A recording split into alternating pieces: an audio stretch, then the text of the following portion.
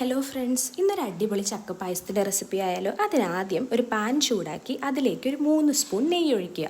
അതൊന്ന് ചൂടായി വരുമ്പോഴേക്കും നമ്മളതിലേക്ക് ചക്കയുടെ പേസ്റ്റ് ഇട്ട് കൊടുക്കുക. ചക്ക നന്നായിട്ട് കുക്കറിലിട്ട് വേവിച്ചതിന് ശേഷം മിക്സിയിലിട്ട് അരച്ചതൊരു പേസ്റ്റ് രൂപത്തിലാക്കി എടുക്കുക. ഞാനിവിടെ ഒരു 250 ഗ്രാമാണ് ചക്ക എടുത്തിട്ടുള്ളത്. അതിലേക്ക് നമുക്ക് ശർക്കര നീരൊഴിച്ചു കൊടുക്കാം. ഒരു 3/4 അളവിലാണ് ഞാനിവിടെ യൂസ് ചെയ്തിട്ടുള്ളത്. എൻ്റെ മധുരത്തിനനുസരിച്ചാണ് ഞാൻ ഉപയോഗിച്ചിട്ടുള്ളത്. നമുക്ക് കൂട്ടുകയോ കുറയ്ക്കുകയോ എന്ത് വേണേലും ചെയ്യാം. അതിനുശേഷം ഇത് നന്നായിട്ട് മിക്സ് ചെയ്യുക. കൈവിടാതെ ഇളക്കിക്കൊണ്ടിരിക്കണം കേട്ടോ. അതിനുശേഷം ഇത് നന്നായിട്ട് മിക്സായി വരുമ്പോഴേക്കും ഇതൊരു ലൈറ്റ് ബ്രൗൺ കളറായി മാറും. ആ ഒരു ടൈമിലാണ് നമ്മൾ എടുത്തു വെച്ചിരിക്കുന്ന 2ാം പാൽ ഒഴിച്ചു കൊടുക്കേണ്ടത്. ഇപ്പം നോക്കൂ, നല്ലൊരു ബ്രൗൺ കളറായില്ലേ. ഇനി ഇതിലേക്ക് നമുക്ക് 2ാം പാൽ ഒഴിച്ചു കൊടുക്കാം.